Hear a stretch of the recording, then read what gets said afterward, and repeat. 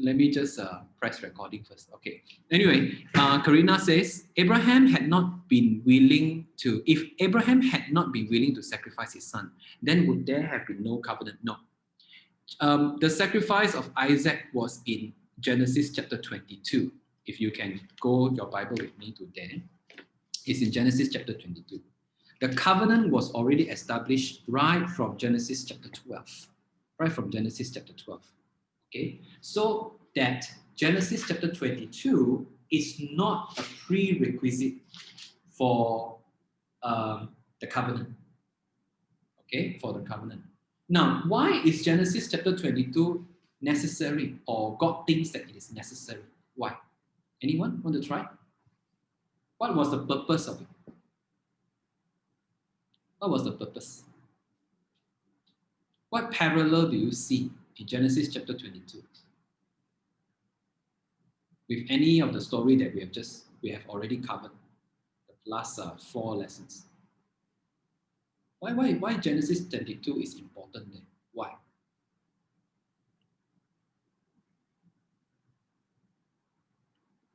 Genesis 22 is very important. It's actually very, very important. Okay, in case you wonder. By the way, Genesis 22, I want to say this, okay? I want to say it very loud, okay? Genesis 22 is not the passage for you to give your offering, okay? It's not the passage for you to talk about tithes and offering, okay? No, I mean, if you want to talk about the spirit of sacrificing, willingly sacrifice, obediently sacrifice, okay, fine. But the whole passage of Genesis 22 is not about giving your tithes and offering or building fund. No. Okay, John said faith. Why is it important? Because of faith. Okay, what aspect about faith? You see, you answer one word like that. You sure you know. I will definitely ask you one. Okay. It's like God is testing his faith. His trust in him. Yeah. A testing of faith, is it you're saying? Yeah. Okay, why God want to test him? Why God is so good, God want to test him?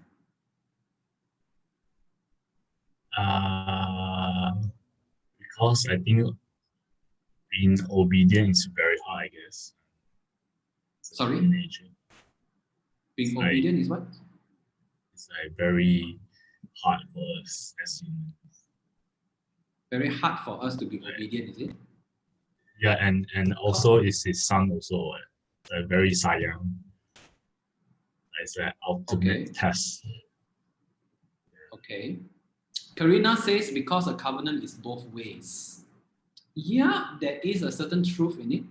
But do you all see any parallel of Abraham's being tested in his faith? Yes, it's definitely a test of faith. Yes, definitely. Because it says in Genesis chapter 22, it says what? Now I know that you fear God. Verse 12. Because you have not withheld from me your son. So what was the purpose? To find out whether he what? Whether he what? Believe in God. Should look at sorry? Believe look at Genesis 22 verse. Look at Genesis 22 verse 12. Now that I know that you what? What's the word? Fear God. Fear God, right? Fear God, isn't it? Fear which God? Fear which God? The one and only God, isn't it? Yahweh, right? Okay. Why is it important? Why is it? Do you see a parallel? This is actually a situation that is very, very similar to a part of the story that we learned before in lesson 2 and 3. Do you remember?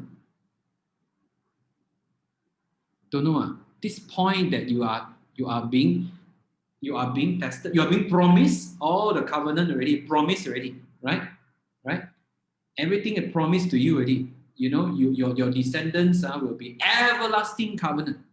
Everlasting. Right? means your seed won't die. Your seed won't die. Everlasting already. No death on your seed. Death cannot quench your seed. Okay? And then why here is testing? And the test is supposed to see whether you fear God or not. What story was that? Very, very similar. Which story was that? Try. Anyone? If you can say it out, that means you got it. Karina, you want to try? You are very close to it. His covenant is both ways. Yes, correct. But especially what part of it that is parallel, that we must see that this situation is very familiar. Where did I see it before? Come on, everyone try. Liang, try. Shirley, think and see. Chen Jia, I'm sure you can think about it. Thinking very hard, okay? We have already gone through it once. We've gone through it already. God sacrificed his one and only son. Yes, this is in the future. Okay, in terms of the line of history, this is in the future. Yes, correct. But where in the past you see this part? Not about the sacrifice. Don't land your eyes on the sacrifice, but land your eyes on the word testing. Or the situation that you must be tested. I mean, when you are tested, you can make one of. Yes, Adam and Eve, yes. The Garden of Eden. The fruit of the knowledge of good and evil. Because God said, isn't it? Everything I provided to you. I bless you. Everything. You are my vice regent. You are my deputy. You everything is given to you. Right? And the day you eat of this, you will die. You don't have life. So the test over there is for what? I mean, the commandment over there is for what? Basically, is about whether you trust what God says or not. You fear him or not?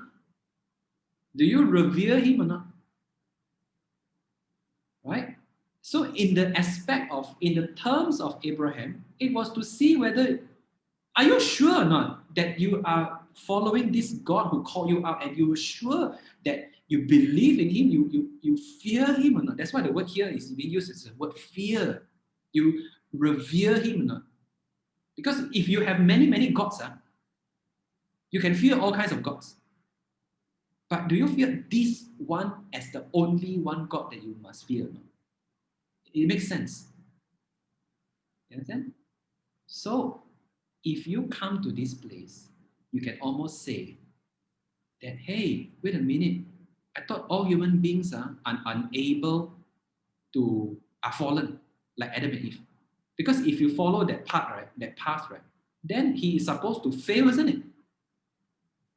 I mean, if you follow Adam and Eve's path, he is supposed to fail, isn't it? Because Adam and Eve fail, fallen, but Abraham fallen or not here? No. What happened? He didn't fall. He could have, but he passed the test. So there is a possibility that if we fear God, if we turn away from hearing the voice of the serpent, there is a possibility that the seed of the woman is able to pass the test. All right? Now, then your mind will run already. Who else have this kind of test in the New Testament? In Matthew chapter 4. Who has this kind of test? Jesus, isn't it?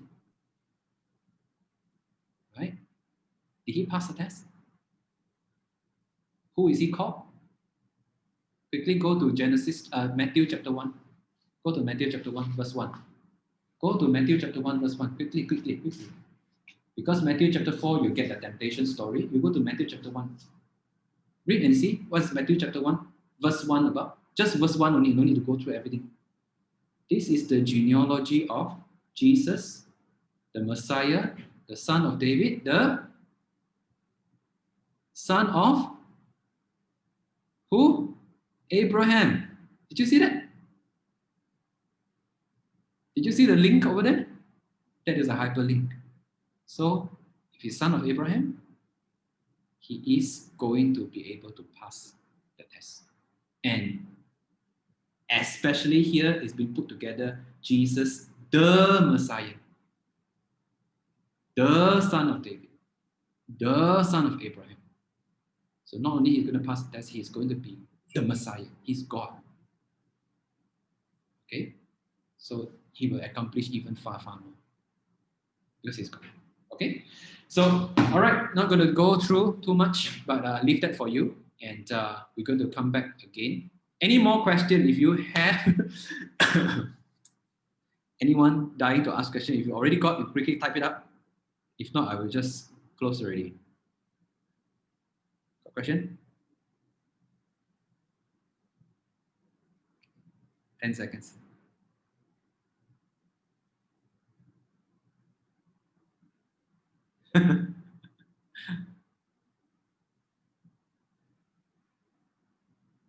Okay, close. No question.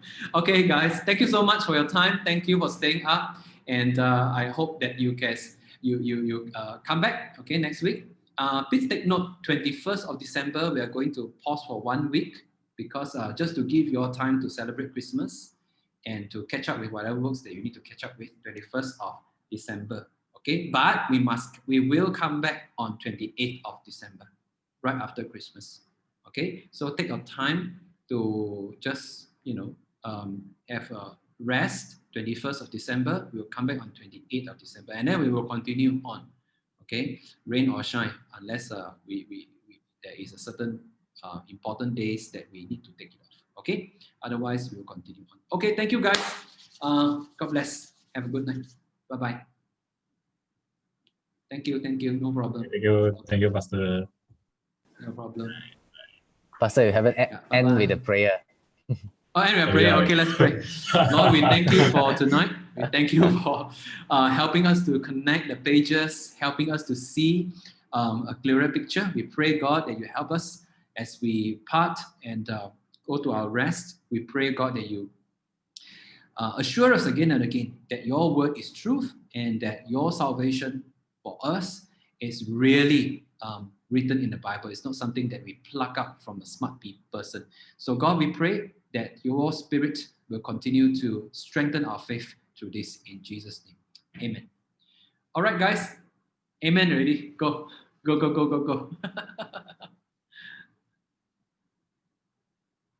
Thank you. Bye.